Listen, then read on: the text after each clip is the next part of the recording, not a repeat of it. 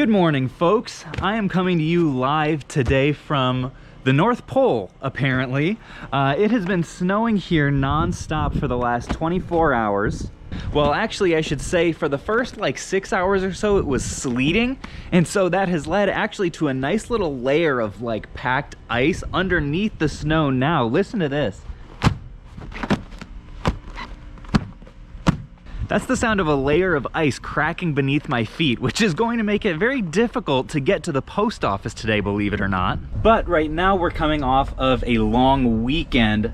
Yesterday was President's Day, so that combined with the fact that I've been listing a ton of retro video games on eBay recently means that we have a whole bunch of orders to pull, which I pretty much never do like live on camera. So I thought that I might actually do that today. For those of you who are into that kind of thing, we actually have 27 orders to pull today. I'd say maybe like half of them or so are out here. So let's get to doing that. This right here is where I'm going to be pulling everything. Well, this one and this are my glorious video game bins out here in the shed. Alrighty, so first sale is a SNES game called Brainlord. This one sold for $37 with free shipping. Next we have Tecmo Super Bowl 3. This is actually a really solid video game sports title to look out for. These are a little bit few and far between, but this one ended up selling for $25 with free shipping. Then we've got kind of a surprising one. Mario's Early Years Fun with Letters sold for $15 shipped. Pretty much all these video games are free shipping. I just ship them all first class and work that into the price because I think they sell better if they have that little free shipping icon on there. Then this was a really good one. Breath of Fire 2 on the SNES sold for $75. I think this was maybe my second best SNES sale of the weekend, so that was excellent. Up next we have a game called Blackthorn. This one sold for $40. Then we have Saturday Night Slam, which sold for $35. And this was the other excellent one, which actually sold for the same price. The Jetsons, with a big old Blockbuster sticker on there, sold for $75. Then up next we had this one called Big Nose the Caveman, which sold for $20. Look at that, folks. Can you see that?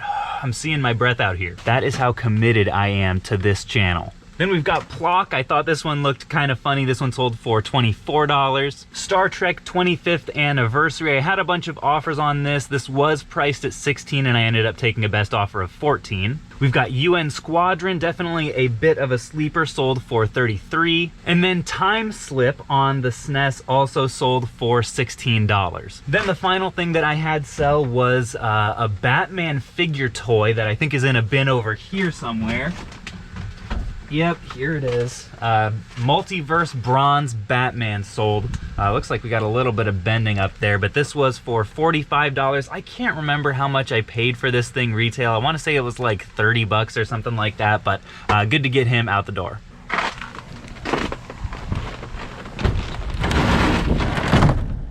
And by the way, I almost forgot to mention that the second half of this daily vlog style video is going to be about a pretty significant upgrade to the office setup that I'm going to be making. So I'm excited to share that with you guys. But for now, let's check out the rest of the weekend's eBay orders. All right, so most of the rest of today's eBay orders you have actually seen me unpack or go through in previous videos. One of them was like the mail video that I did, maybe the last one. And the other one was the lot of like Sega Saturn and miscellaneous video games that I unboxed. So we had a few really solid sales from this little boxed video game box here.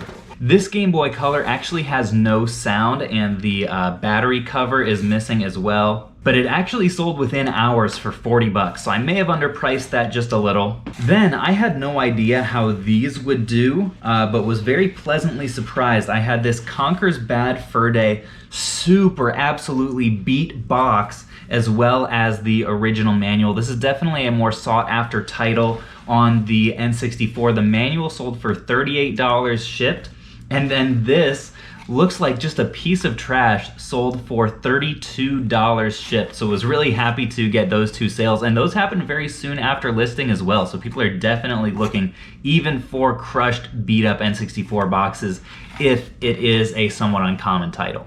Next up, we have this Action Replay. I can't honestly remember what system this is for, but it sold for $39. This is definitely a good little category to look out for you guys. Action Replay stuff tends to hold its value very well. Then I sold Mario Bros. Deluxe on the Game Boy Color Complete in a box with just slight bending damage there. Ended up selling this guy for $57 shipped, and that one didn't take long to sell at all. And then the last 2 things from this box, and then the last 2 games from this box that sold were The Legend of Zelda, Oracle of Ages, and Oracle of Seasons. These actually sold to a Instagram follower who saw me post these up, and I ended up giving him 15% off of what I had them listed for on eBay. So the total for those came to $175 shipped. So thank you very much, nameless follower. So thank you very much for your purchase. You know who you are.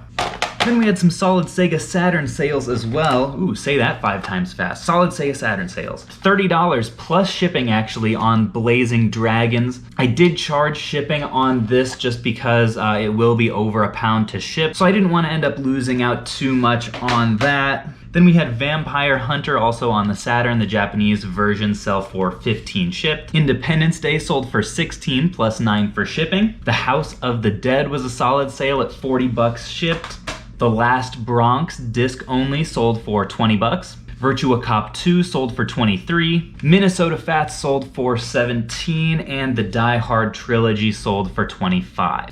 Then finally, last but not least, I had Pokemon Silver sell very quickly, within probably an hour, for $33 with a dry battery. I don't take the time to replace dry batteries in these. I know a lot of people do. To me, it's just not worth the time and hassle and like worrying about breaking the little pin on there and like, you know, gluing it all back together. Anyway, $33 shipped on that, and it honestly may have been a little bit underpriced given how fast it sold. Total gross eBay sales on all of this stuff ended up being $634 before fees and shipping and cost of goods and all that. I would guess that after all of those factors, I'll probably make in the neighborhood of $250 to $300 in profit on all of this stuff over the long weekend, which is really good for me, mostly because eBay has been super dormant for me, just because I haven't been listing on it at all. I've been putting almost all my effort into Amazon. So it's nice this weekend to get a little bit more platform diversification happening.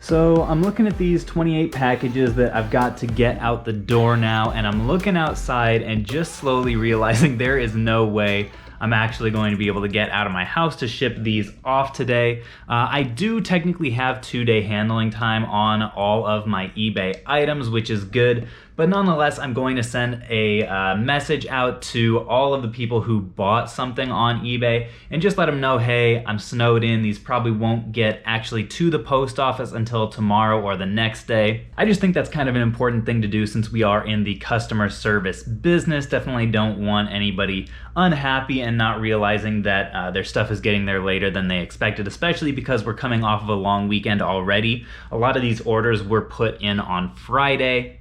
It's Tuesday now, so I definitely want to just give people an update on where their stuff is and what's going on.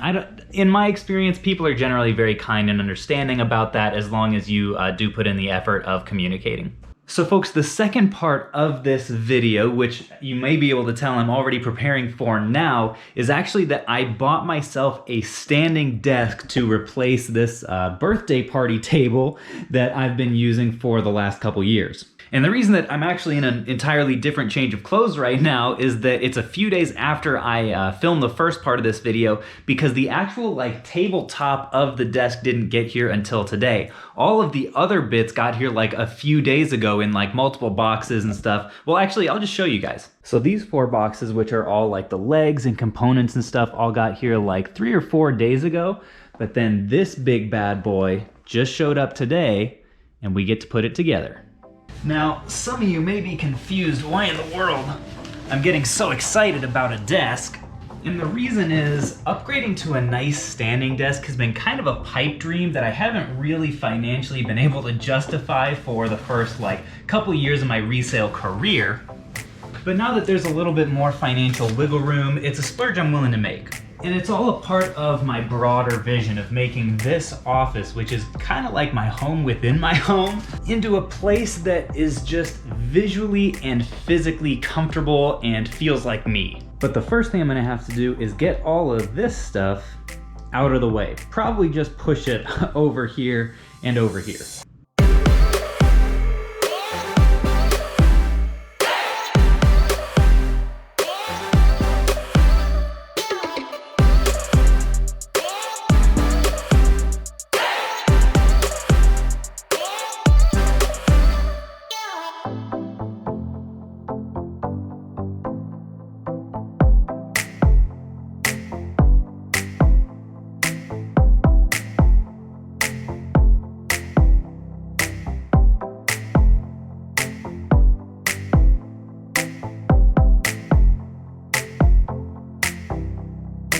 Okay, that honestly took longer than I expected, but now we're ready to start assembly.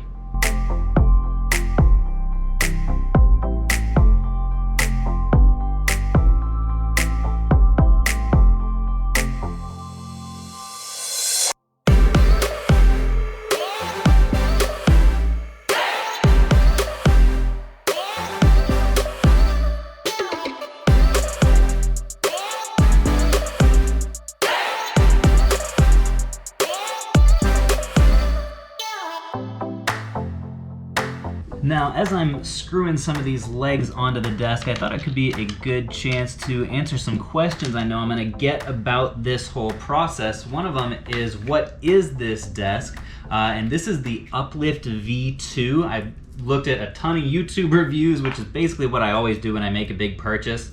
And it seemed like this one had some really solid reviews from folks. The company has a really good reputation. Basically, the way that it works is you kind of choose the kind of desk and all the dimensions and everything yourself, the accessories you want to go with it, and they just send you one that basically fits your specifications. The size of it is 2.5 by 6 feet. That's just what my other one was. I didn't really see a reason to deviate from that at all. And the other question I know I'm going to get a ton of is, Caleb, how much did this whole thing cost?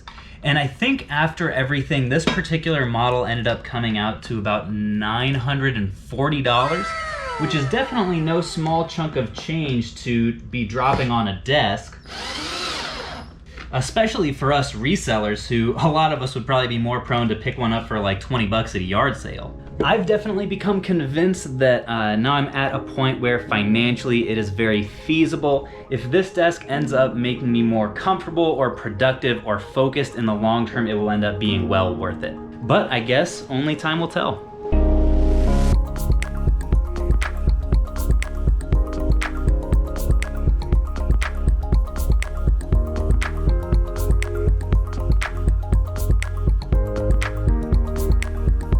All right, it's plugged in. Time for the moment of truth. I've honestly been worried this whole time that I'm gonna get this whole thing together and some electrical circuitry in there or something is not going to work. It wasn't honestly a terrible process. It was maybe 2.5 hours or something like that. The directions were very easy to follow, but let's see if it works here. Hey, fully functional. Let's see how high this thing actually goes. And it stopped right at 50.9 inches, which is definitely higher than I would ever want to use it. The only extra accessory that I got with the desk that wasn't included was this like CPU holder, which will attach to the bottom of the desk over there. Basically so that my computer tower will be going up and down with the desk and won't like complicate the cord situation. So I'm gonna get this fixed up and see if it fits in there the way that I thought. Okay.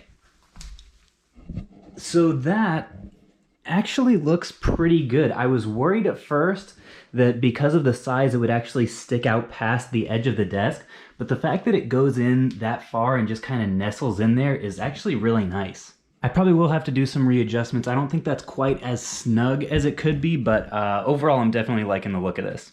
So the next project we're tackling here is I bought this dual monitor like riser arm that will make them really easily adjustable.